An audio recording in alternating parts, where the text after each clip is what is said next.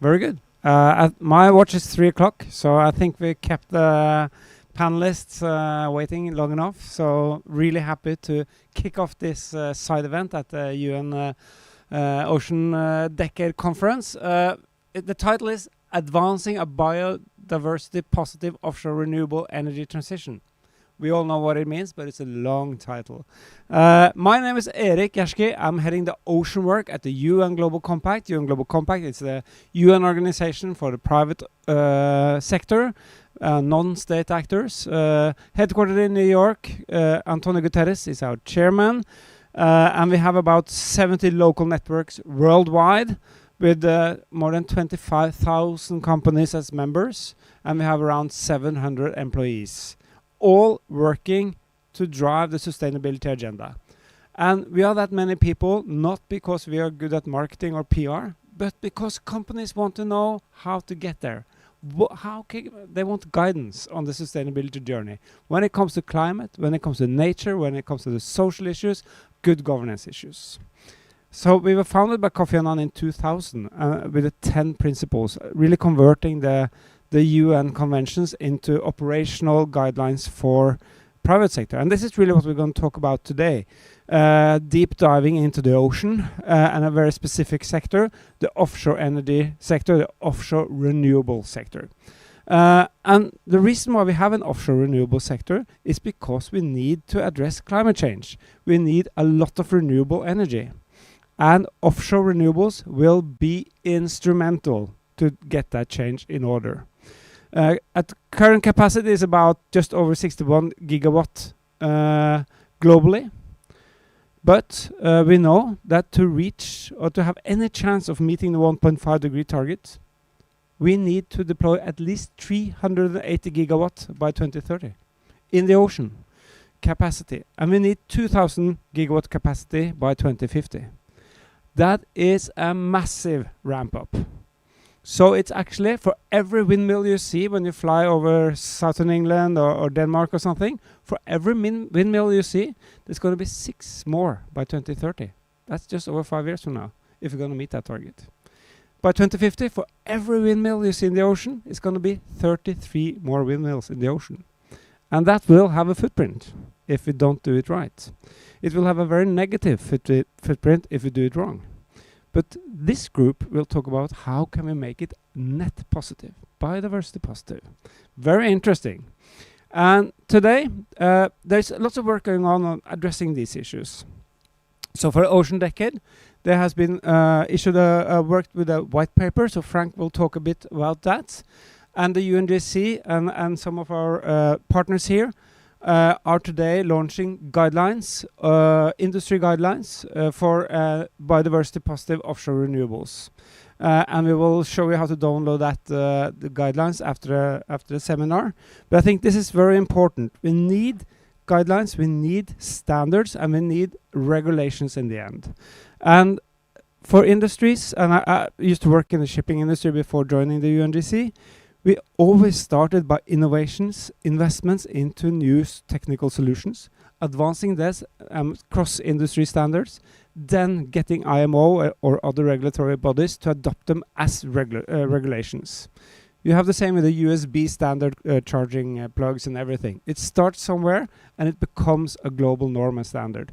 That's where we are now, because these guys are part of the value chain that will be responsible for understanding, monitoring, or building out the offshore renewable energy system. So without further ado, I would like to introduce our fantastic panel, and I'll start with you. Please.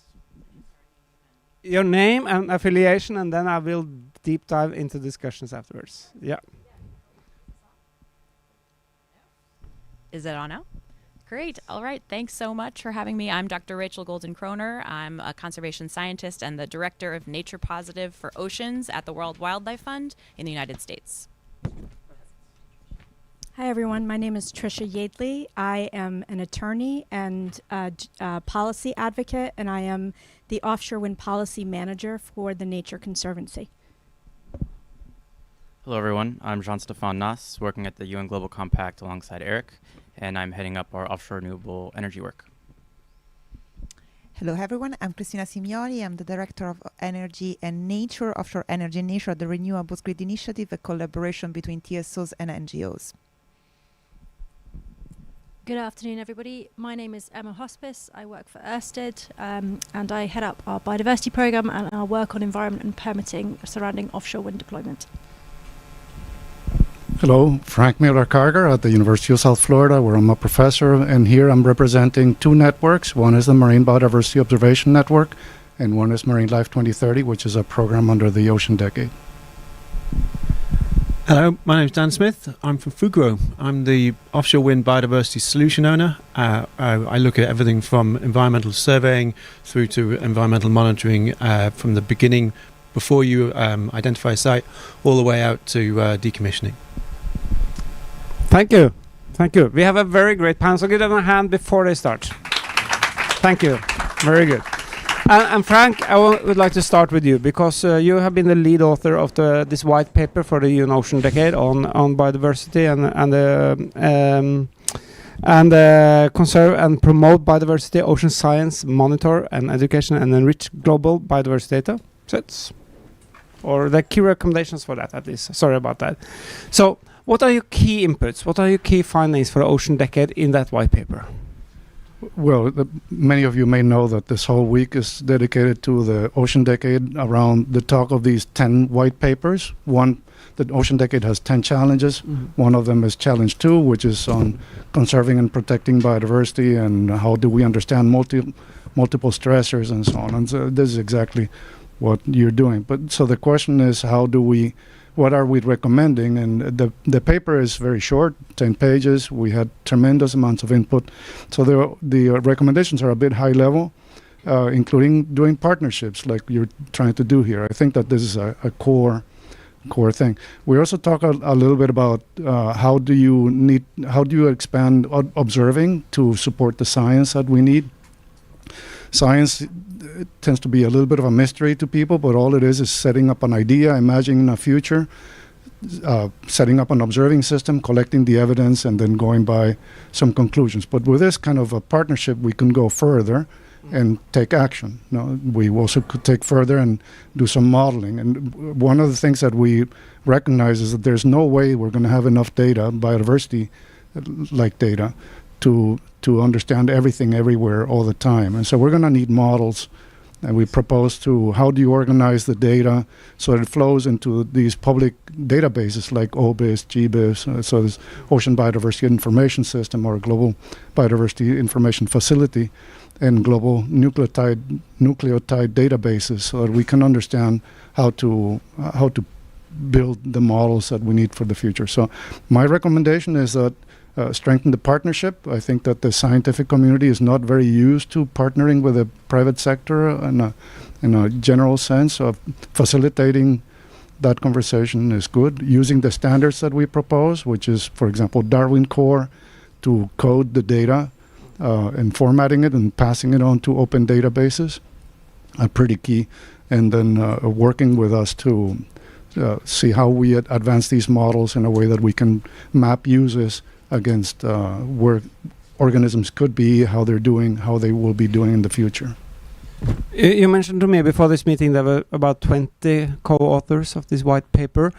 Was there a big diversity among the authors? I mean, we are a pretty northern hemisphere panel here today, but we have one ocean. How was the diversity of the inputs for the white paper? My co-lead for the paper is Eileen Tan from Malaysia, and she is a professor in ecology at the University of Malaysia. And like that, we had 20-some authors, but of every color and nationality you can imagine. So that was pretty much built in from the beginning, and I think all the papers tried to do that. Yeah. Just a follow-up, and I think for us it's very interesting. We work across industries in the UN Global Compact, from small-scale fisheries to large aquaculture actors, offshore energies, ports, shipping. Very different data inputs for the industry, very different data needs. How will these systems be able to cater for these different inputs of data, as well as being serviceable to share output of data? Well, I think that the analogy that I can put forward is what the meteorologists did already. They started in the 1800s to organize their thinking about how do we organize data to forecast weather. They did that way back. And in the 1970s order, they established a convention under the World Meteorological Organization. And they tell countries, you shall use these units. You shall measure temperature this way or that way. And you shall move the data through these channels.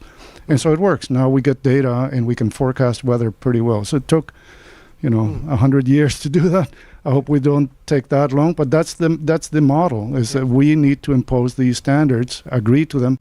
Maybe don't share everything, don't standardize everything, because in science we like to be pretty loose about how we do things. So you don't want to stymie creativity, but you want to move a minimum set of data forward through these public databases so that everybody can build a value-added industry on doing forecasts and other types of assessments. Super. And to move to our next speaker, Rachel, I would like to, so we can pass the microphone over, to get this in order, to be able to share data, we have to collaborate, and the governments have to be part of this, and we have to have smart plans both on climate and ocean management to support this. And are the governments up to speed on this? Oh, well, not exactly. So I think what you mentioned is a perfect way to get at this. So we're in this super decade right now for action. We have a lot of enabling conditions in the policy framework here, right? We have the Paris Agreement, we have the Sustainable Development Goals, and we have the Global Biodiversity Framework, right? So for the first time, we're able to kind of hopefully see the whole picture across these incredibly important time is now to act societal goals, right, for people and nature. So we can start there globally, and then we can start thinking about how that will apply in different contexts in different countries. So one way to think about this, the term is a sustainable ocean plan. So this aligns with goal or target 1 of the Global Biodiversity Framework, thinking about the whole ocean and within a nation's jurisdiction, what can they do? So I love this idea of integration, and I think this is really where we have to go across the board, putting on the table these different goals together: nature, climate, sustainable development, planning together, not in silos. Of course, this is always a challenge, the way governments are structured and the way different societal institutions have sort of arranged themselves structurally. But this integration is going to be key, and this could be really potentially transformative as an idea if governments with actors across society, finance, policy, NGOs, scientists, academics, companies, etc., right? All the right stakeholders with communities at the table, putting plans in place based on science and also based on societal values, and looking at what the communities in different places need and those different contexts. So that can be, and that's sort of a general answer, but then in different countries this could look differently with specific marine spatial plans. In the US we have the Ocean Climate Action Plan, which talks a lot about nature-based solutions to climate change, right? So we're thinking about integrating different goals and coming together all of society. So that's at a high level how we can start to hopefully bend the curve for biodiversity, and also bend the curve up for biodiversity and down for carbon. Exactly. Yeah. Very interesting. And I think intergovernmental collaboration across divisions, ministries, and between governments is extremely important to get this right. And we started this week actually a meeting with Iberdrola, the biggest utility company in Spain. They produce a lot of renewables, but the grid is really poor, so they can't really send it anywhere where it might be needed. And we started this day with a visit of Port of Barcelona. 40,000 employees. It's a massive port. But of course, they don't produce any green energy. They need that grid to get access to it. So, if I can turn to you, Christina. So, how can offshore wind play a role, connecting, giving energy to this massive transition, but play a role in conserving, promoting, and avoiding impacts to biodiversity, past and present? Yes, so... and please tell a bit about the Renewable Grid Initiative, because I don't know that too much about it. Yes. So, there is an important element, because when we talk about nature-positive offshore wind, we need to imagine that this is a system where we need to also to consider the grid part. Because, of course, we cannot have offshore wind without having a connection. Yeah. And this means a subsea cable, this means a landing point, a conversion station, so that there are other infrastructure that we need to consider. So that the concept of nature-positive positive is a concept that has to embrace both the offshore wind and the grid part. So based on this, actually, the Renewable Grid Initiative has been working on how to make sustainable the grid infrastructure since many years, since 2009. But we have established in 2020 a collaboration among transmission system operators and NGOs, but also the wind industry, recognizing the fact that we need to consider then renewables and grid together, but we need also to work together with the NGOs, environmental and climate NGOs, in order to make it nature friendly. Now we are using many different terms, of course, here, so that we can use nature friendly, nature positive. We have nature inclusive design, nature based solutions. So that's this is what the coalition actually is about. So it's a coalition that works in the North and the Baltic Seas and in the Med, and tries to create a common understanding of basic concepts. So concepts that today we will hear more about with the paper that actually brings then the discussion forward, because these are not well defined yet and understood, so that we need these inclusive processes that Rashad was also mentioning about, having different stakeholders participating in order to the process, in order to make those consolidated but also jointly defined. Now, to your question then, we see a huge shift, so that we are not talking anymore just about the reduction in the environmental impacts of the infrastructure, but we're talking today about the need for enhancement, the need for restoration. And this is a recognition of all the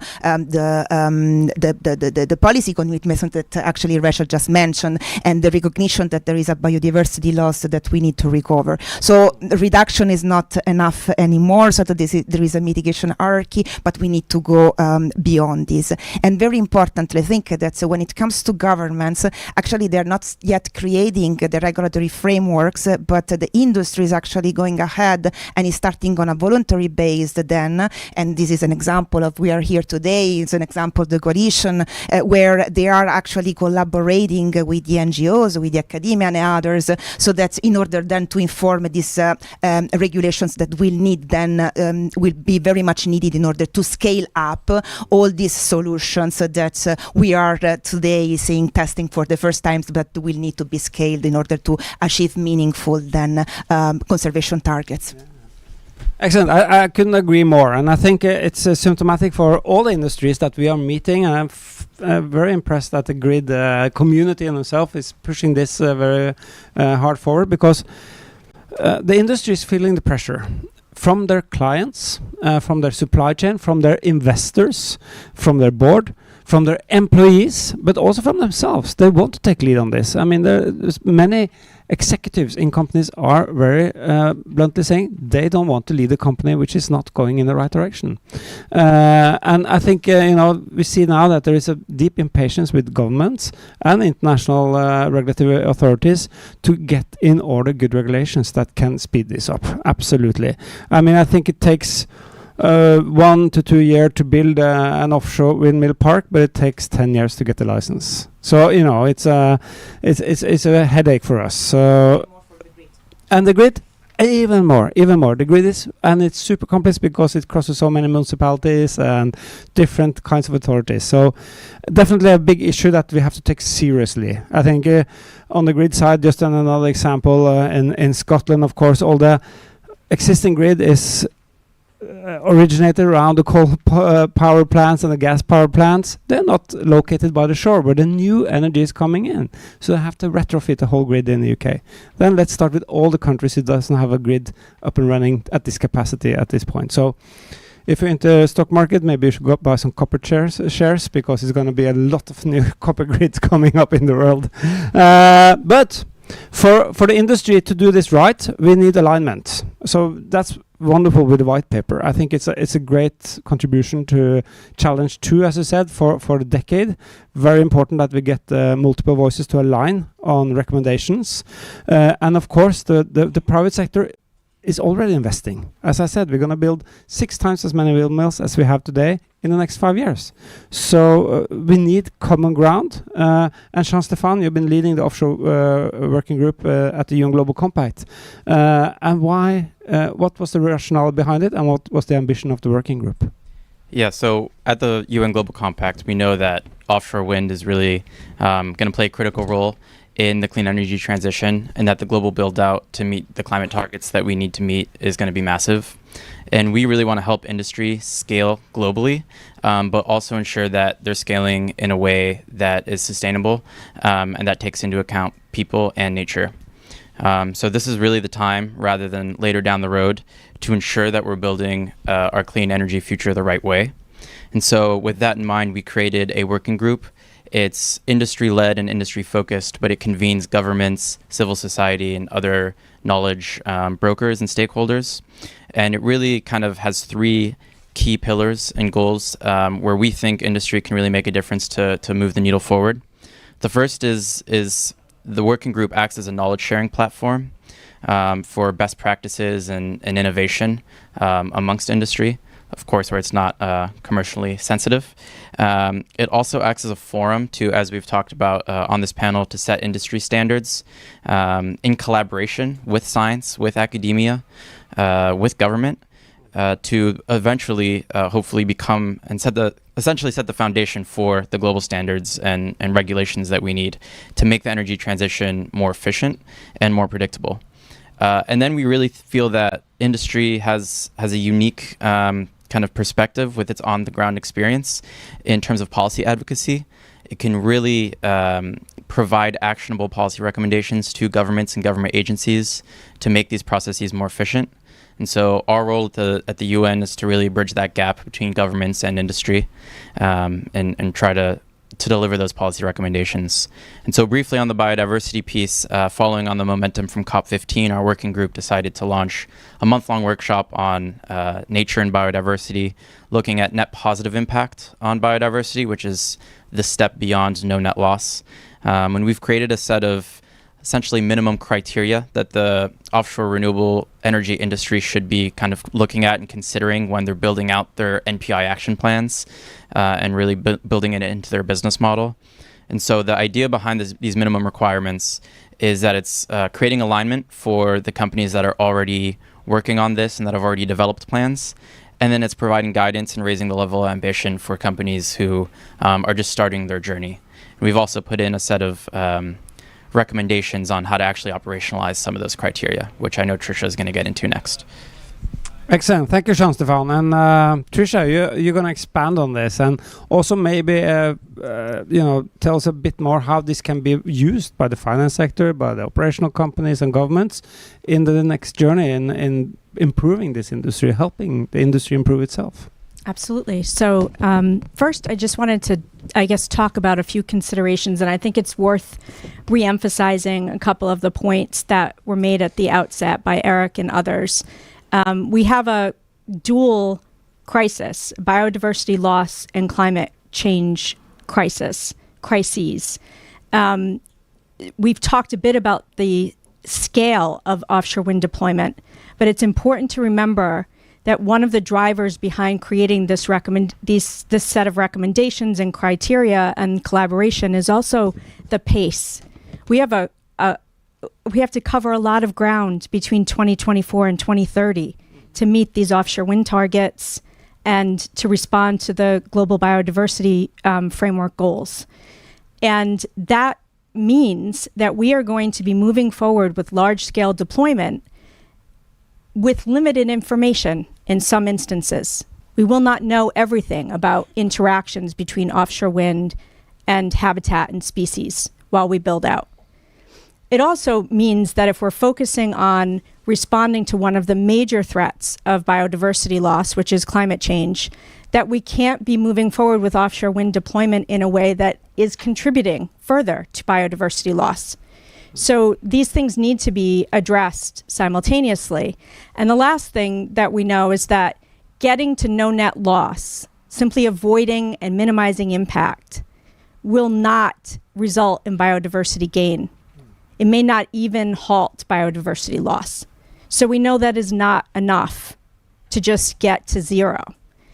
So that's an important consideration. The other thing that I want to highlight before I get into this document is just kind of what it is and what it isn't. kind of expectation management. I heard once that 99% of happiness is expectation management. So I want you all to be happy. So the first thing, getting to some of the terminology, is to remember that net positive goals or net positive action at the project level is not nature positive. A action at the project level that is net positive or designed to have a net positive impact on biodiversity cannot be nature positive. It can contribute to broader nature positive goals and objectives that are set by the enabling environment, set by collaborative and inclusive engagement.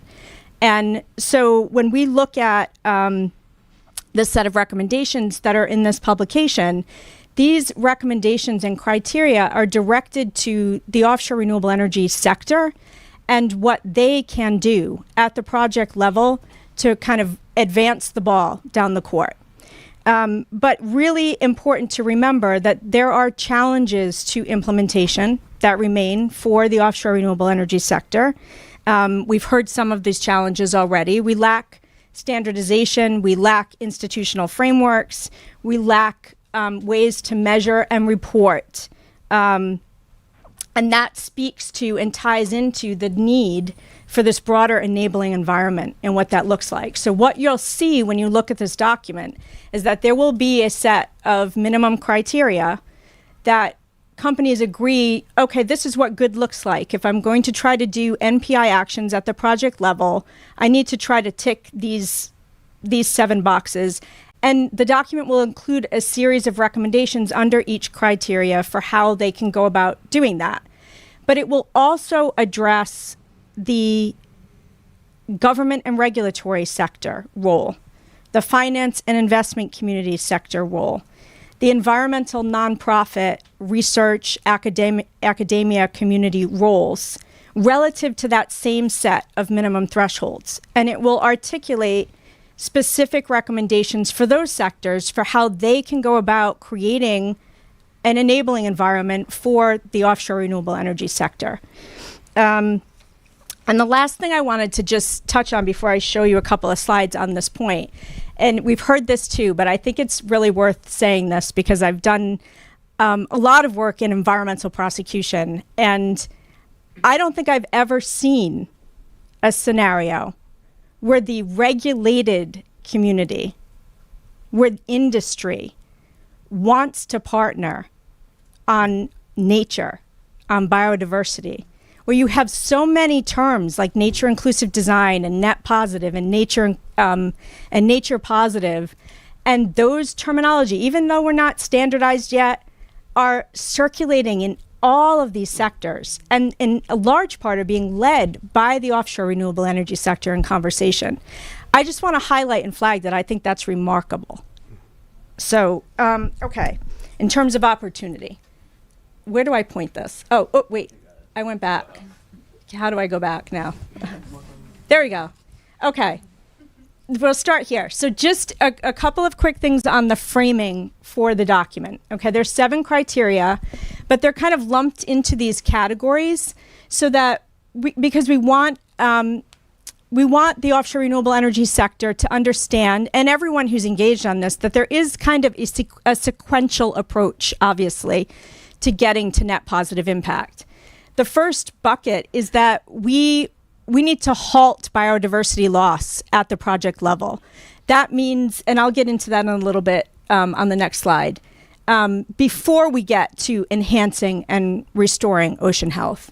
And we have to be able to use the learning and use this work to inform adaptive and innovative strategies in collaborative and inclusive ways. So the criteria that you'll see in the document are kind of bucketed under these 3 categories. I'm not gonna, there's a bunch of recommendations under each criteria.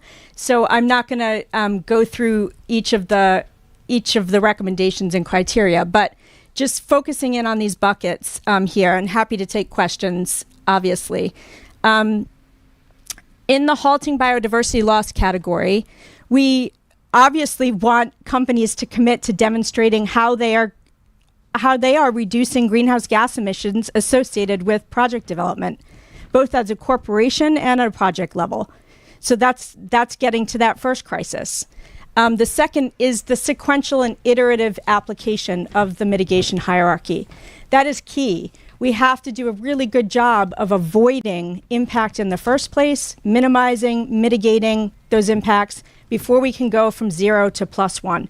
And that returns and speaks back to that enabling environment. Obviously, the best way to avoid impacts is not to site offshore wind projects in places where we know there are vulnerable habitat, where we know that there will be interaction with migratory species or a particular protected and threatened species. So that involves government, community, stakeholder engagement, marine spatial planning, right? It's not something that a company can do at the project level at the time they get their lease, which has already been determined. So really, but there are things and there are recommendations, specific actions that companies can take and should take with respect to the mitigation hierarchy at that project level. And then in the enhancing and restoring ocean health, we're really focusing in on how the companies can work toward developing standardized approaches to how they identify the priority biodiversity features that they're going to focus their NPI actions on. So what is it that you're focusing, what species are you focused on, what habitat are you focused on, and why? And what criteria did you use to select those particular features or functions or species? It says set measurable targets and implement actions, but these targets should also be achievable, right? Not just, we don't want to be so ambitious that we can't move towards something that actually results in success. And then sharing relevant monitoring data and information so that we can support that broader learning. These are some of the key criteria that come out of that bucket. And finally, there's a lot of important words in this last heading: adaptive, innovative, collaborative, inclusive. Adaptive, I think it's just important to go back and remember the first point, which is that we are learning as we go. We have to build a system that's flexible enough that allows us to course correct when something is not working or when something is working. And we have to be able to share those outcomes broadly so other offshore wind companies can take the things that are working and implement them. We have to support innovation and creativity. Our regulatory systems are not very good at that. We punish risk-taking and mistakes, but there will have to be some learning. And so we have to think about how to build that enabling environment that allows us to trial and error or trial and succeed with some of the mitigation strategies and some of the approaches we take. And we have to be collaborative and inclusive. We have to be able to validate the targets that we're setting, validate the mitigation approaches that we're selecting, have them be informed by community and culture and the people that depend on these resources, and not do these in a silo or in a vacuum. So this is kind of how the document is set up. We hope that we've worked really closely with a number of offshore wind companies, Ørsted, that have been leaders really in these conversations. And so we hope and would like to see companies kind of come forward and endorse and say, yes, this is what good looks like for us right now. We know there's a lot of work. We know we need to keep moving, but and keep creating and standardizing, but we're ready to commit to saying we're going to try this now until we all get our ducks in a row. So that's kind of where we are. Wow, thank you, Trisha. That was a train journey through the whole biodiversity subsea. Yes. And nobody said this was going to be easy, to fix this thing. And it is super complex. It's not a climate target with the GHG gases. This is the biosphere of the planet. It's the biggest biosphere by far, of course. So it's going to be a challenging ride. And why does a company dive into this journey? I mean, Ørsted could have been a pure play oil and gas company, which it was a few decades ago, Danish oil and natural gas. When I used to work with them, it was a thriving, well-financed oil and gas company, but turned themselves into a pure play renewables company. And it didn't stop there. It ventured into this journey. And Emma, representing Ørsted here today, last year even issued a blue bond targeting exactly this, saying publicly, we are issuing a blue bond. We don't know how to set the target, how to monitor it, but we're still going out there doing this. And I was just amazed. And I talk about this with everybody because that's the kind of company we need. But why have you taken on this journey into putting money behind your words and really investing in nature positive exploration solutions, collaborations? It's a very good question, Eric. And I mean, firstly, thank you. Many of my panelists here, fellow panelists, have said many of the things I was maybe going to say as well, so I can echo a lot of what has been said. But I think Ørsted's we're not in a unique position anymore, and I'll come on to that a little bit more when talking about collaboration. But we did take a very bold step in 2021 in launching our ambition, and our ambition is for our renewable assets, our renewable energy projects, we call them assets, that we commission from 2030 to be net positive. Not nature positive, but net positive, because there is a difference in the terminology here in terms of what we can really deliver as an industry, working on the projects that we're working on and developing ourselves. And that was an incredibly ambitious ambition, putting it out there. We didn't really know how we were going to reach it, but we really felt that seeing the trends that were coming, seeing the challenges that were facing our business, the stakeholder landscapes, that it was really one of the key facets behind it was the right thing to do. Yeah. Offshore renewable energy, as you said fantastically in your introduction, provides a fantastic opportunity to address both twin crises of climate and nature, arguably uniquely in the ocean space. Yeah. But what is brilliant about being here, about part of some of these discussions, is this is so intrinsically intertwined with how do we work with others and how do we work with science to be able to deliver that. We are so dependent on emerging evidence. Within Ørsted, we've been working with environmental impacts, with understanding marine ecology for arguably decades. We have a very large portfolio of operating projects. So you could say, oh, well, we kind of know what we're doing now. But the scale that we need for renewables globally, the ambitions that Ørsted has as an individual company, the ambitions that our peers have, and the size of the projects that we're looking to commission between now and 2030, now and 2050, it's of a different scale. Yeah. So we really need to understand how we can deliver beyond, as many of my panelists have put it, beyond the standard, what we call the mitigation hierarchy, and working with environmental impacts, beyond that no net loss to deliver that net positive. And you would say, well, we set our ambition for 2030, that's a while away. But even though we set our ambition in 2021, and it was very much industry leading at the time, we see we're not necessarily the only ones, but because there is such a huge amount of work to do to get there, and we cannot do that alone. And that's why we're really pleased to be part of collaborations such as this with the UNGC, working with the NGOs, working with RGI and the coalition they represent, and our suppliers indeed as well as the scientific community, because we do need to collaborate to be able to understand how we can actually get there. We've been collaborating in many levels. We also work very closely hand in hand with NGO partners, because even when it comes down to the actual specifics, we are a renewable energy developer, constructor and operator. We're not a conservation organization. So we need to work with partners to understand how do we take meaningful action to conserve and restore habitats, species, which ones are they, how much it's going to cost, how long is it going to take, and how do we measure that as well going forward. So we really are very focused on this collaborative approach for a number of angles in terms of how to actually move the needle. We're also very keen to continue to work with academia. We have quite an extensive environmental research program that we fund at Ørsted, working with many of our partners. But that's very much going to be the theme of this week, is how do we continue to advance the knowledge that we need for the ocean that we need, to use the tagline. But also, building on your point, Tricia, we need to take action now, based on what we know now as well. So that's why we very much welcome innovative solutions to drive this forward, but you also need to take action. There is an urgency here for projects that are going to be commissioned for 2030. We've been planning them for years already. That permitting timescale, that understanding of where things are, what the impacts are going to be, we're on that journey already. We're already part of those discussions. It's not happening in a few years, it's happening tomorrow in our sense. So we need to be able to use the science that we have now going forward as well. Fantastic. I totally agree with you, and I think it's a strong point that we need to evolve. We're going to we are investing every day. This is growing as we speak.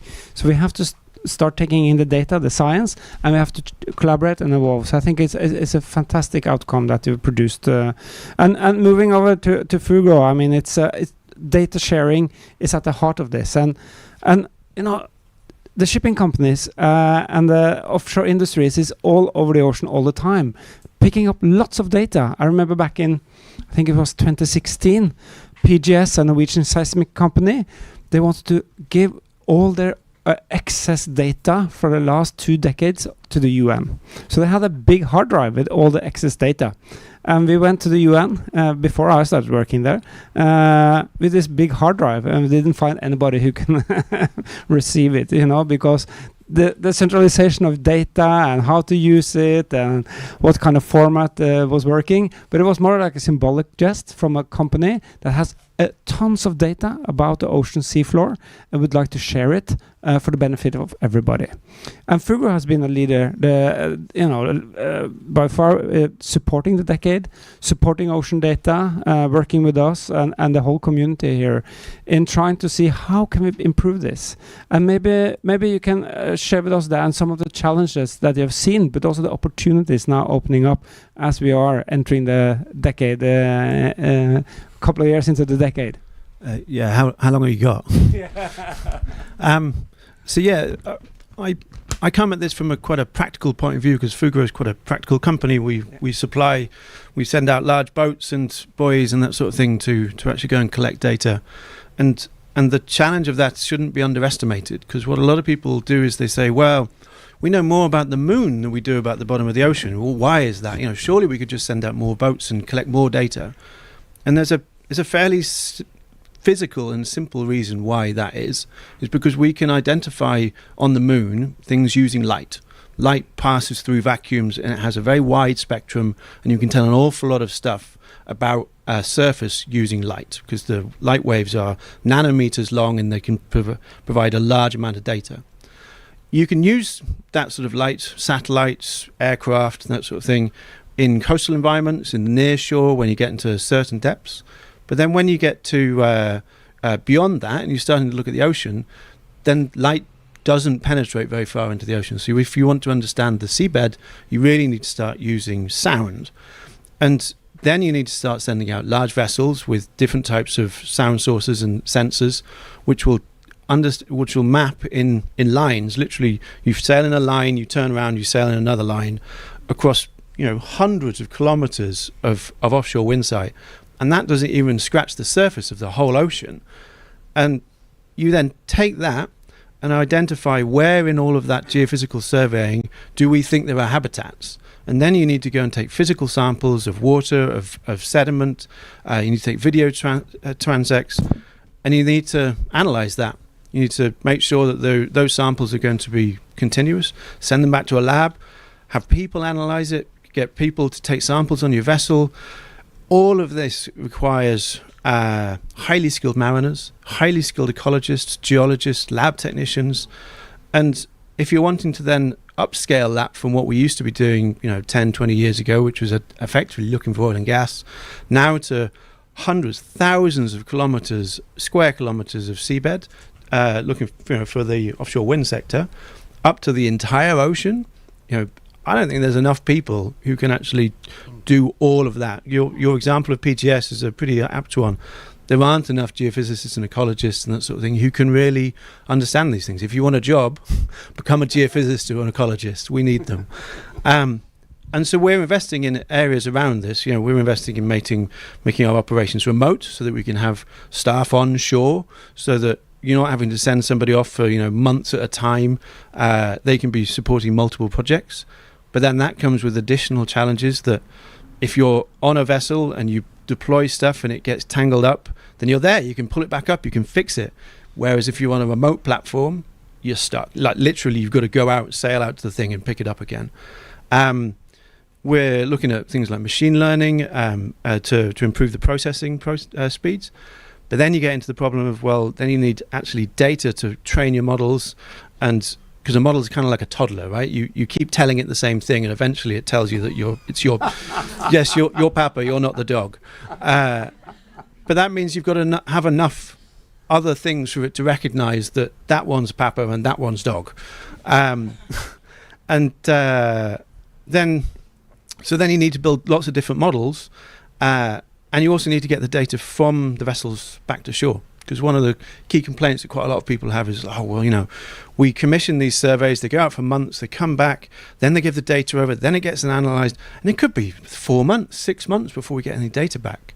And so we're investing in how, processes so you can get data directly from vessels back to shore so that you can start making these decisions about where are things that we need to avoid, what do we need to sample next, and that sort of thing.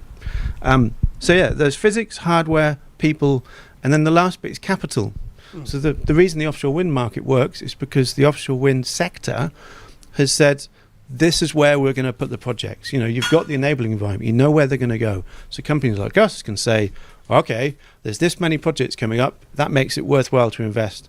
Then the work that you're doing is saying, well, these are the things we want to measure. And so then we can say, okay, well, that means that we need to invest in things.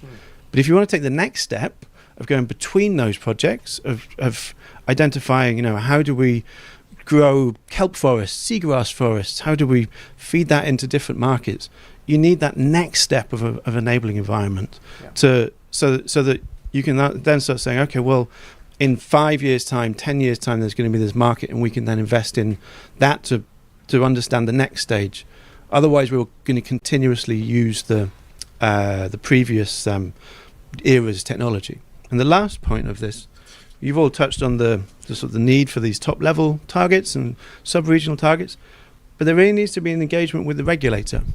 Because if I, as a supplier, go to Ørsted or anybody else saying, I've got this fantastic new technology, it will speed it up no end. People who are responsible for billions of euros of assets go, that's fantastic, Dan, but they're not going to accept that in the government, so we're going to use the old thing. Yeah. And so then you need this sort of engagement with the regulator to start saying, okay, but actually we can start using eDNA to identify fish. We don't need to do trawl surveys. We can start putting video cameras onto metocean buoys. Maybe we have fewer flyovers. We can start doing X, Y, and Z so we can get to these next stages. But it needs that sort of active engagement by all parties.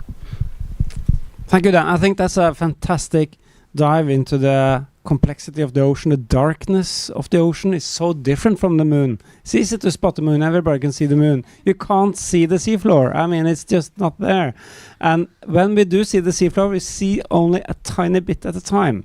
And it's really hard. And I think, the oil and gas industry has had tons of money investing in very particular areas where they think is oil and gas. So they've been looking very hard for years on those particular areas. But now we're going to cover so much more.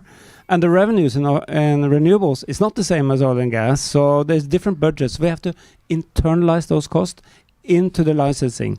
And we need that as a global standard so that it's a fair play all over the world. Today, the licensing of offshore wind is very complex. If you go from west coast of US to Scotland to Norway or India, very different. And that's not good for the world. It slows down the transition.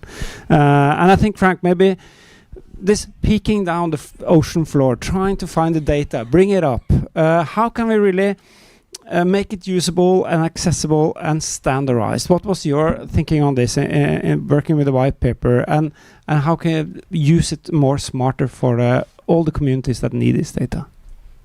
Well, I think most of you here already understand the value of standards and sharing, implementing those standards. So I've heard that several times in terms of how many projects you've already had, how much of that is already shared externally, how much of that data is already formatted in a way that can be used more broadly to understand the environment so that you can build the right models and then advance the science.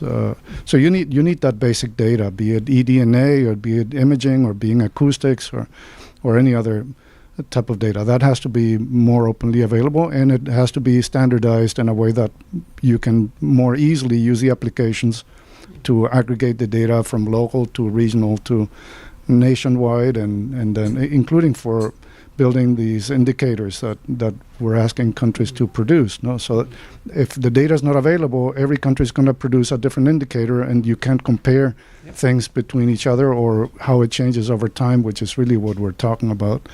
So you want to measure change. If things are not changing, then it's not as interesting, but it's also maybe not as much of a problem. So how do you do all that with this massive amount of data is a challenge for all of us, but I think it's doable. I think we have the standards, we know how to do it, we have the technology today to manage massive amounts of data. It's just getting the people to do it. I think that having the incentives to the scientists, having the different companies agree with each other that yes, I'm going to measure wind and meters per second and something like that. So where you need everybody agrees to do things, some very basic guidelines on how you do things. It's a very important point. And coming from the shipping sector myself, it's a sector very fortunate having IMO, International Regulatory Body. It's a minimum wages, in shipping.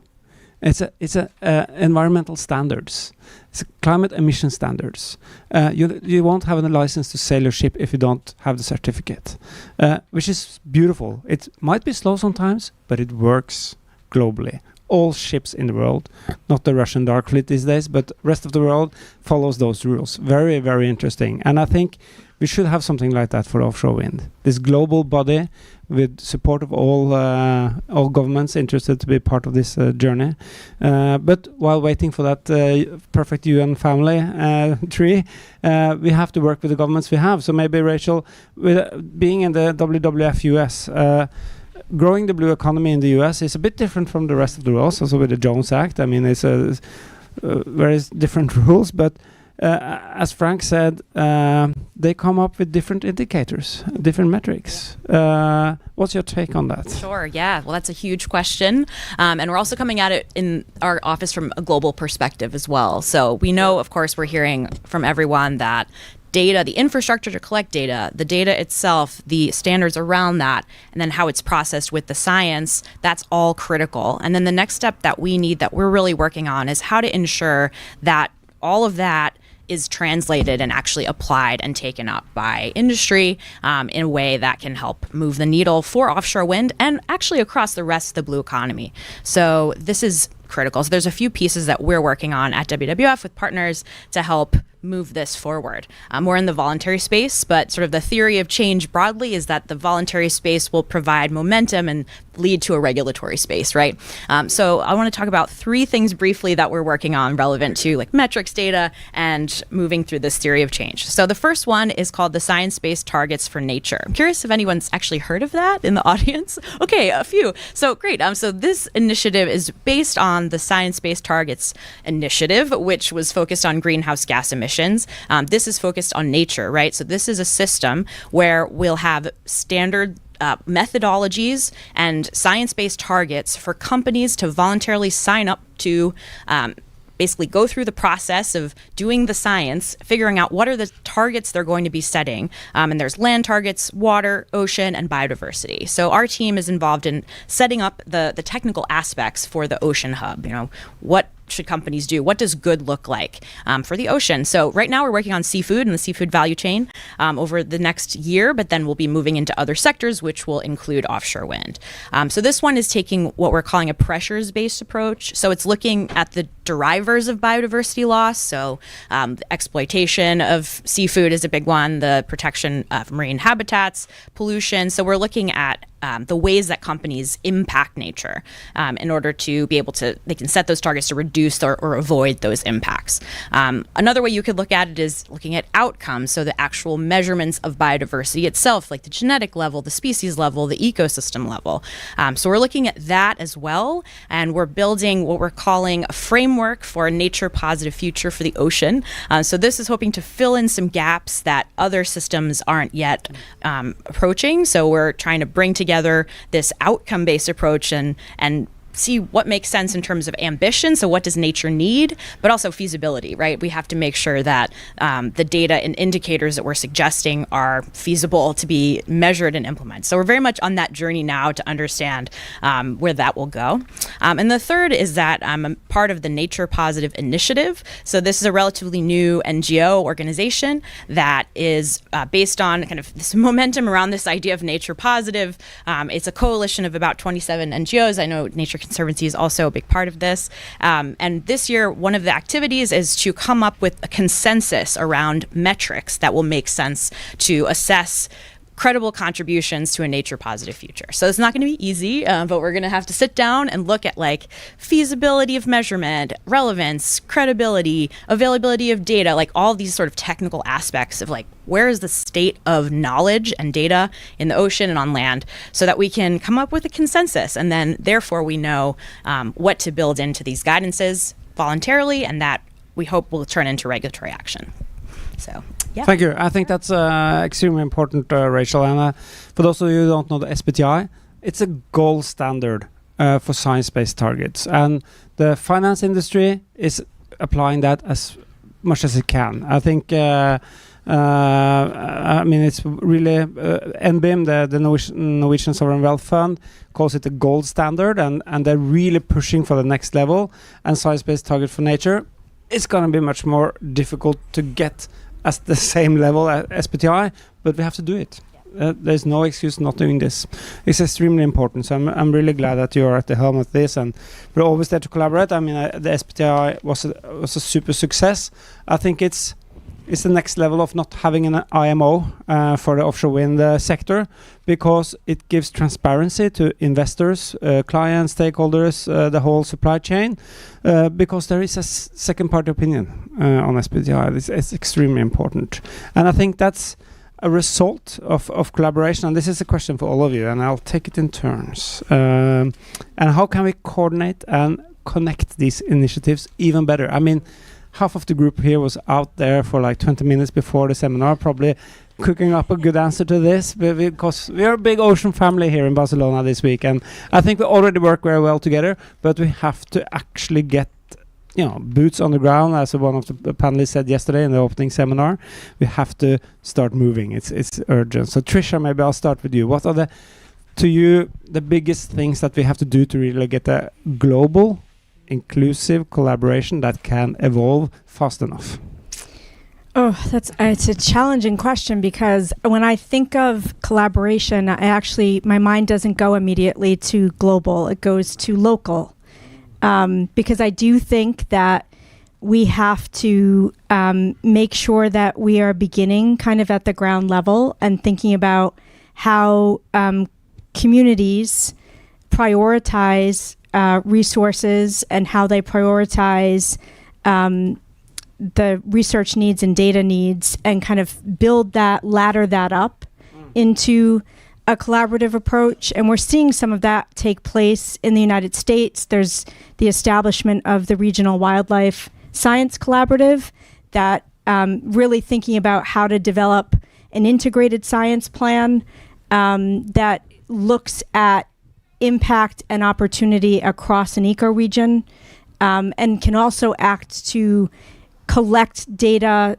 store data, prioritize data and research needs, and maybe even pool mitigation dollars so that can be implemented at a more strategic level. So I think, so that's, I kind of think of it kind of the need to return back to the origin point and ladder up and get that inclusivity, and building out the collaborative approaches. Very good. I think it's an honest answer. I like it, but I'm not fully satisfied, because I think if this massive green transition and advancement in offshore wind only happens in the global north, and you have like 3 Danish companies and 2 American ones thriving on this, we will fail. Because this is a global challenge. The ocean is a global challenge. The climate is a global challenge. I visited the port of Cape Town last year, and of course they have no plans whatsoever to build any renewables. They're going to have more nuclear. That's the only kind of renewable they're going for, but the rest is oil and gas imports. You know, we have to change the modality of investments and the risk perspective on that. It's not going to be easy either. That's maybe the hardest part. But of course, we have to have a just transition, which is more global. And they have to do their own regional assessments and data sharing, of course. But I think we have a responsibility to think global. So that was actually a segue to Jean-Stéphane, because and I can say I agree with you. So you can be satisfied. Okay, I agree. Thank you, Trisha. So Jean-Stéphane, how do we collaborate? And I'm going to put you on the spot here. How do we make this truly global? Well, I think first and foremost, the different stakeholders in the ocean have to understand their role, and it's been said many times today, the enabling environment. And I see the enabling environment as something that's twofold. The first is, what is your role in advancing certain goals within the larger global community? But also, what is your role in helping the other stakeholders advance their goals? So kind of, Trisha had mentioned it earlier in this document that'll be available for download later. We set out to set recommendations for the finance community, for civil society, for governments on how they can support the offshore wind industry and creating an enabling environment for the offshore wind industry to reach their net positive impact goals, keeping in mind that those stakeholders have their own role in advancing these goals as well. I think, you know, I'm going to come at it from the industry lens, given our work at the Global Compact. But more knowledge sharing platforms are really important. I see knowledge sharing as something that can happen between industry, sharing best practices, and you know, we heard this morning a group of ports coming together of their own volition to share ideas and work towards electrification of ports. They don't see that as them giving up their, you know, competitive advantage, but rather as an opportunity to work together towards a common goal that'll strengthen the industry, and they can help each other tackle the problems of the future, because they know that, you know, decarbonized shipping, for example, is coming fast. And I see it as an opportunity for industry to collaborate with science. It was said earlier, but you know, industry needs help. They're not science-based organizations. There's great opportunity there, and I know the Ocean Decade's doing a lot of work on that. And then I mentioned it earlier, industry with governments, sitting in kind of a unique position with boots on the ground, which we've heard a few times yesterday. Having this unique perspective on actionable policy recommendations, working before the regulation with governments before regulation comes in, giving input on what works, what would work, what might not work, to make things more efficient. And then on a global scale, to make Eric happy, you know, this level of knowledge sharing, it seems small, but really we can upscale a lot of the solutions to on the global stage and across borders. So something that we've been doing with our industry group is looking at offshore wind solutions that have worked in more developed markets and how they can be upscaled and adapted to emerging markets, for example. The offshore wind industry in the United Kingdom, for example, is quite mature and has already gone through a lot of the challenges and trials and tribulations. And so they can share a lot of knowledge in terms of upscaling some of those solutions to the emerging markets.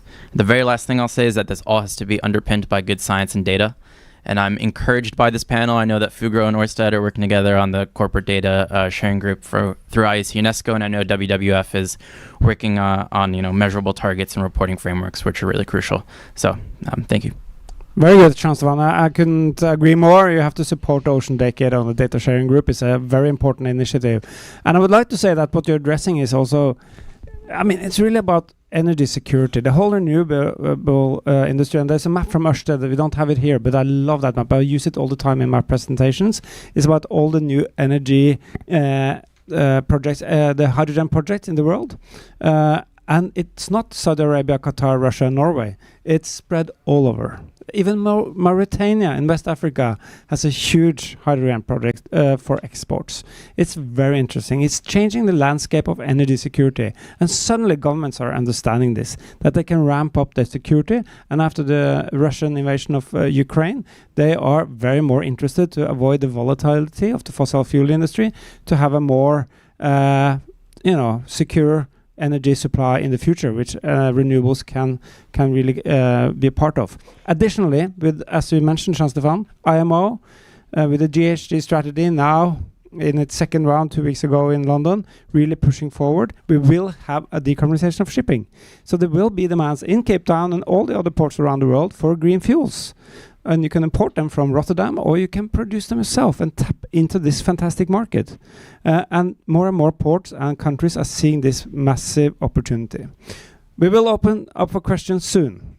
But Christina, this energy security. That's part of the grid value proposition, I would guess, because you can really have a reliant energy source. And how can we collaborate to make everybody understand that and have a good community of working together on this? Yes, so that actually my points were two, and one is this one. So the one before, I mean, at the global level, we realized in the work of the Offshore Coalition for Energy and Nature that there was actually a need to move from policy positions to more technical work, so that we have initiated with the IUCN a work called an initiative called the Global Initiative for Nature, Renewables and Grids, which is an initiative that aims at quantifying the contribution to nature positive.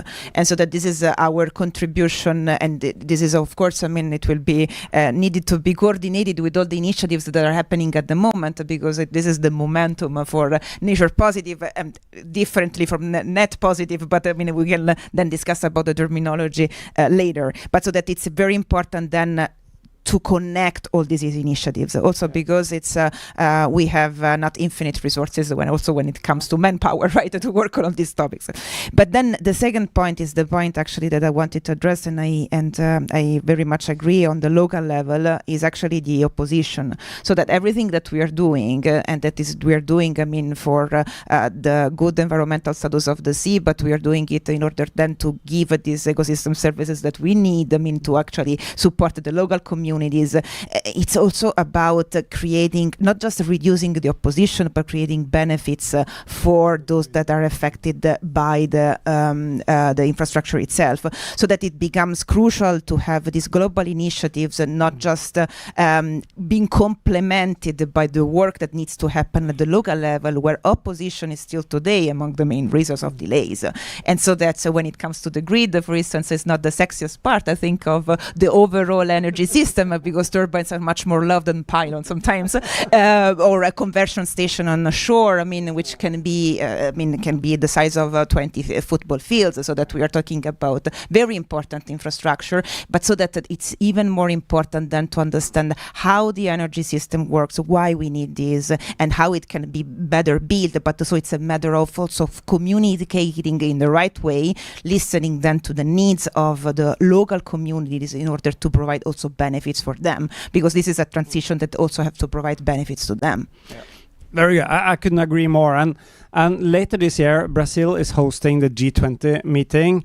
It's a super run we have the next 2 years. We have Baku with the COP, and then we have Brazil with G20. And next year, Brazil is hosting COP30. And even earlier, we have in Colombia the Biodiversity COP. But one of the topics for Brazil is sustainable development through energy security, energy transition.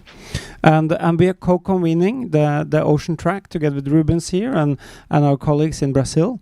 And there's enormous interest on this, because this is the next steps, for not only for Brazil, but for the G20 members, to really understand how to scale up this fast enough. And the grids are, of course, one of the bottlenecks. You know, some of supply chain issues, some lack of big revenues like oil and gas issues, but it's really a big issue. But for this heads of state meeting in November, maybe also when they meet at the UNGA in September, Emma, how can we create a collaborative environment seen from Ørsted, coming up from Denmark, expanding in Europe, also now into US?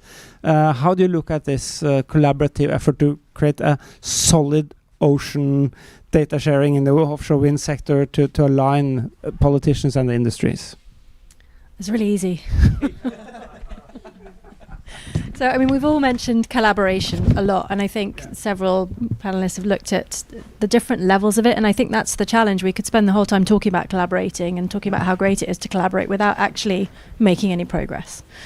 So I think it's very much, there's different scales to this. I'd echo what I think you said at the beginning from the WWF perspective. There's a lot that needs to be done locally. There's some really localized conversations happening, and also when we're talking about biodiversity impact, some of them are super local. We're talking about a particularly protected species or habitat, and you need to understand how to make progress locally on that. But even at the legislative level, we're working quite a lot on different policy frameworks in different countries. For example, in the UK, there's some very advanced discussions on a regulatory requirement for marine net gain, which is essentially going towards net positive. And that's coming very, very soon. And that's a very specific conversation in that market. Other countries are just not that far along in that conversation yet. So there's no need to necessarily elevate that where it's just not relevant, but take that local collaborative approach. At the same time, we then have a need to really kind of move the agenda forward, because as I said earlier, there's a pace angle to this. If we spend too much time collaborating, we won't actually make progress. So we do need to push some of these conversations forward as quickly as we can.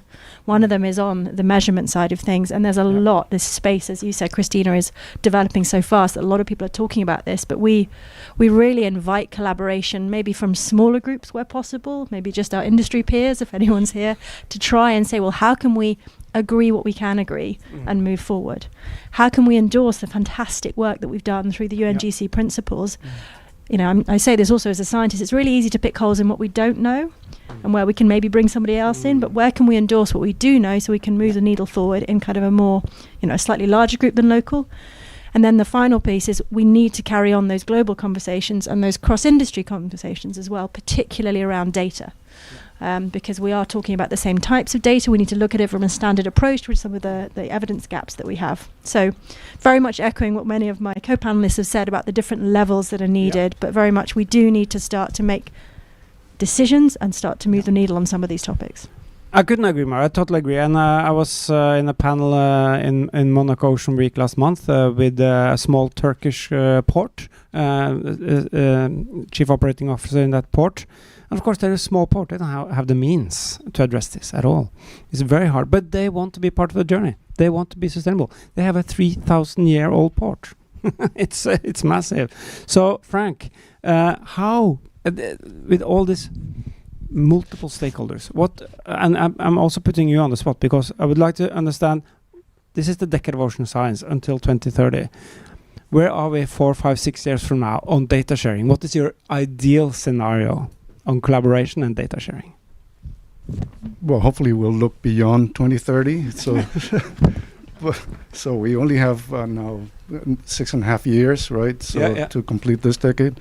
But I think that to complete some of these thoughts, I think I really like the concept of net positive biodiversity. And honestly, this is the first forum that I hear that and in that context with a specific industry, and I think it has to be to have it picked up everywhere. It has to be net positive for everything and for everybody, and it ultimately comes down to money, and it's the whole concept of the way that we're talking about things is becoming politicized in some very clear areas, and the U.S. is obviously that it's being politicized. So can the industry demonstrate that in fact you can make net positive gains economically and other ways if you apply these concepts? So it has to be money, where you can show the legislators, the politicians, that yes, this is worth doing, and it's worth doing with everybody involved. Okay, so I think that's one way where everything else has, if this becomes politicized, everything gets blocked. Okay, because the funding doesn't flow for the data management and the large infrastructure that you need to do the AI on those data is not going to flow. The linkages between the IMO and for example, the IOC, which is really critical here in advancing the science and promoting the standards, is not going to happen. So you have to link those things. So the other thing that I think is important is promoting and incentivizing the capacity building. So you use groups like POGO. We have Sophie Sayavi here. POGO teaches young people on how to collect these data and how to move it into uses. But many times the people that are trained are not connected to jobs locally, and then they go. You lose them. So if you have this infrastructure that you talk about in this big map, link it locally so that people stay and build that capacity, and then encourage people to train and how to share the information and make use of it locally. Then it can be aggregated locally, globally. Yeah, excellent. Thank you so much, Frank. I totally agree. And prepare questions, because after Dan has given I'll his... be quick. No. We want another deep dive from you. I think it was a fantastic interaction. But maybe I can pose the same question for you. Where should we be at 2030? Of course, still looking ahead, but what is the ideal situation for you as a private sector company, depending on ocean data as a service, but of course dependent also on global standards for interchangeable data? That's not the question I was expecting. You can also add any other points if you want. No, that's fine. Because I think it all ties together in that in 2030, ideally, we want to have some sort of big central system out there with all these different companies and communities and things working in collaboration with the offshore wind industry, developing all this data, sharing it across people, all that sort of thing. And I actually think it all boils down to the same thing, and that's trust. Because in Fugro, we don't talk about getting about boots on the ground. We talk about getting things wet, because we get things wet. And to do that, you need to have a reason for doing it. You've got to have a why, and you need you need a way to pay for that thing to go out, which means that you need trust between the organization that you're working with and yourselves, because you need to trust that they're going to pay for your vessel, and they need to trust that you're going to give them the data that they want. And every collaboration works like this. So whether it's a commercial collaboration or whether it's a non-commercial one, and I'm running one at the moment called BeWild, which is a consortium between Wageningen University, another offshore wind developer, an NGO called the Rich North Sea, and two smaller companies, and it all hinges on a contract where we all trust each other. And to have that transparency, you need all the enabling environment things you were talking about. You need standards, and I disagree with you. We do need quite watertight standards, excuse the pun, because we need to actually know that we're going to collect data to a standard that people want when they get it, and then it goes into something else. But then when you look at data sharing, and one of the challenges that we've been facing with data sharing is that, we've collected data for 60 years, and it's not ours, it's somebody else's.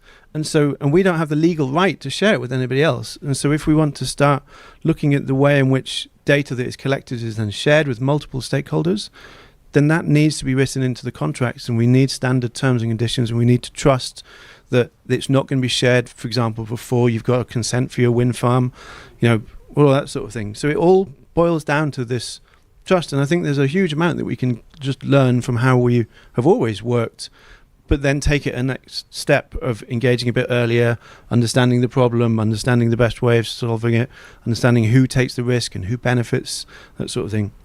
And the last thing that has been touched on before is the differences in needs in different regions, because in many countries, yes, the people aren't there with the skills and that sort of thing, but they also, the market is different, so the way in which people will work on these collaborations will be completely different, and we need to recognize that in how we develop these things up. It's not just about big boats and technology, as much as I'd love it to be. It's about the people and the people who are developing these things. So that's it. Trust in people. I mean, that's a fantastic an applause for that, because we need trust before we open the floor. I think that's my ideal for 2030 as well, that we have a perfect system, but it's most important that we trust each other. So I'll open the floor. We have 9.5 minutes more. So any questions? Might wrap up early, but we have one here early on. You can use mine. Yes, to break the ice. My name is Anne-Catherine Lesgewaard from Flanders Marine Institute. You hear me? I represent the World Register of Marine Species, WORMS. It's a global reference database for marine species, and also the Ocean Biodiversity Information System, European component, which tells you what species you can find where, at least if the data is there and if we can collect the data.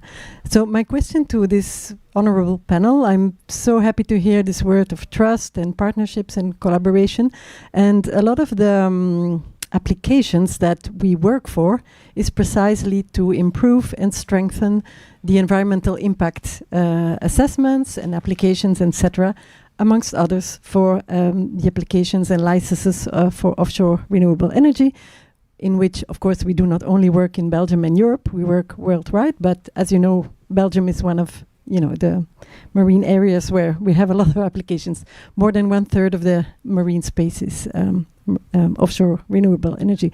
So a number of these initiatives that I'm referring to are voluntary based, because we work with taxonomic editors that are volunteers. We work with 150 taxonomic editors that work on a voluntary basis, and we are very, very acknowledgeable of that. So my question to you is, what advice can you give us as a voluntary initiative that is struggling to find funding in scientific resources, funding instruments, etc., where instead of doing the work we should be doing, we are looking for funding and doing the reporting, etc. So maybe we can learn from you. What advice can you give us? Thank you.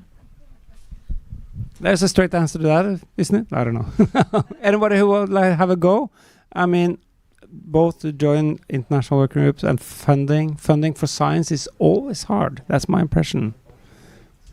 But we need the science. We need the science. There's lots of R&D going on in companies. I mean, they're not like non-scientific. I mean, they have to have a certain standard.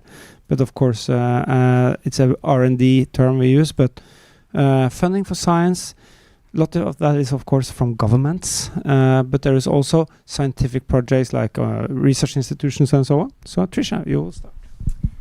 So one of the things that we didn't talk about, but is mentioned in the document that we're publishing, is the role of non-price criteria in the tender process or in the procurement process in the States. We refer to it as procurement. So there is this policy and, I guess, economic strategy to one portion when you're evaluating bids for offshore wind is looking at the price, looking at the rate that's produced. But there's this other component where you can insert these broader policy objectives and provide value to the bidder based on their contribution to funding for science and research or their investment in mitigation strategies. We're seeing, for example, in the United States, for the first time, the Bureau of Ocean Energy Management looking at creating a conservation-related bidding credit as part of their auction criteria for leasing. So the bidder would get essentially a cash value for some conservation-related aspect of the bid. That is a potential tool. There are probably other financing and investment tools that can motivate the offshore wind sector to help contribute to that. And it's only one way to do it, obviously. And we shouldn't be looking only to the offshore wind sector to fund it. So I'll add that caveat. But it is a tool that we mention in this document. I couldn't agree more. The IRA in the US, the Inflation Reduction Act, which is like a Green Deal program, also have these kind of clauses that you have to have qualified workers. And I totally agree with you. So we're actually discussing with the US about making an ocean IRA. It's just an idea, but they like it. And it's about including these things and including science as a precondition for procurement. And back 10 years, 15 years ago in Norway, we started, the government started saying to procure, to have a license to operate a ferry here, it has to be green. And there was no green ships at that time, especially not car capacity on the ferries. But the procurement said that's the starting point. It has to be electric. And two brothers O, managed to build one. You know, it had to charge immediately across the fjord, and on the way back, it was like, you know. But now we have more than 100 electric ferries because of procurement standards, and we incorporate those things. So that was a short comment from Dan, and then Frank on this issue, maybe. I think the challenge you're facing, and first of all, hat tip to your taxonomists. We have taxonomists, and they are incredibly skilled. But the challenge is that nature is a public good. It's there for everybody's benefit. The data you collect from nature has a value, but if you have it as a public good, then that value gets lost. And I think there's a question of, especially as we're collecting more and more of this, is how do we rationalize and realize that value so that it pays for things like this, so that it, goes into other initiatives and things. And I think there's a real interesting area of commercial innovation and things, not an exploitative one, but one that enables more science. Short comment for you, Frank, because we have another question in the back here. I think that this is important in terms of the worms process, because worms is this World Register of Marine Species is one of the many layers that we use to construct a standard for the Darwin Core data that then goes into the OBIST and GBIF databases. So if you don't pass that gate of your taxonomy, matching any number of names that people over the years give a species, then it doesn't move forward. So you have, and the interesting thing about worms, for example, is that it's a global service. It's supported by the government of Flanders only. Okay, so my question in terms of an IRA for the ocean, and I've seen energy companies and others form consortia to fund basic infrastructure and engineering. And maybe that, instead of putting it in one or another contract, which is an important method, is to form a consortium where you have a base funding to fund some of these basic needs. Absolutely. Very good. We'll rush through 2 questions. I think we have time for that. Start in the back. Let's see. Introduce yourself and a short question, not the whole CV. Okay. Hannah Brocke from Plain Blue. So I really loved that shortly it was touched from Dan that there is specific standards and thinking of how to assess the environment. So our company comes with a new technology where we can visualize on the seafloor the biodiversity, the pollution, and my question is a little bit like, how can we bring this new technology in? So it's basically now ready for use, and how can it be integrated? How can it be heard that we have a new innovation what brings a scalable solution into the space? Thanks.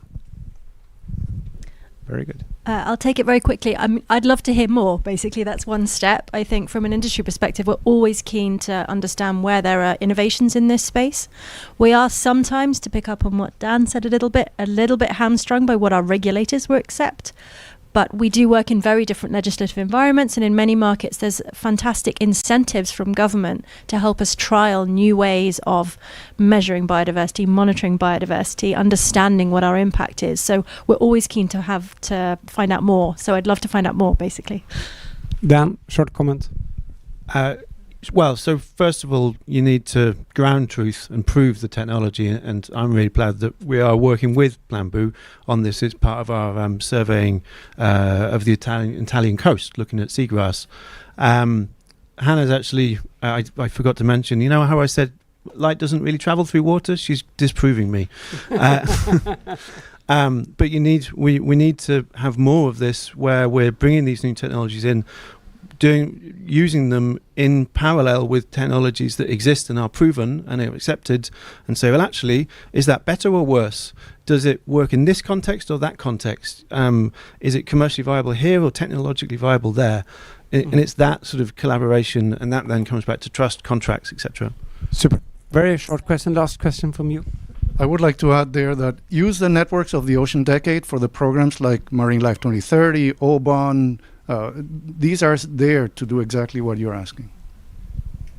I'm Kate Wing. I run an organization that works on ocean data collaboratives, and I'm glad to see so many policy people on the panel today. So my charge is for the policy people to be willing to come together in the way the biomedical field has in the past to create a standardized ontology of data use agreements to support data sharing in the same way that you can set up, when you do bioresearch, either as a provider or a researcher, a machine readable license for who can use that data under what circumstances.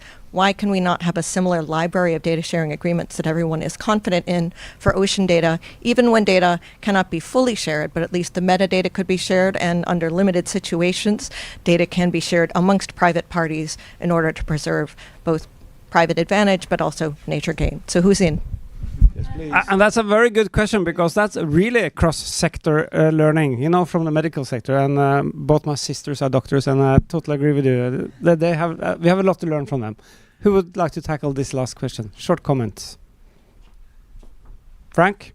All I can say is yes, please. Yes, I couldn't agree more. That was a very good last point, and I think we need a big hand for our panel. Thank you so much for coming. And have a great week. This is, we're still in the start of the decade. We have some time, but we have to move forward, and we have to move much, much faster. That's our slogan at the UNGC. So thank you so much, and see you around this week. Thank you.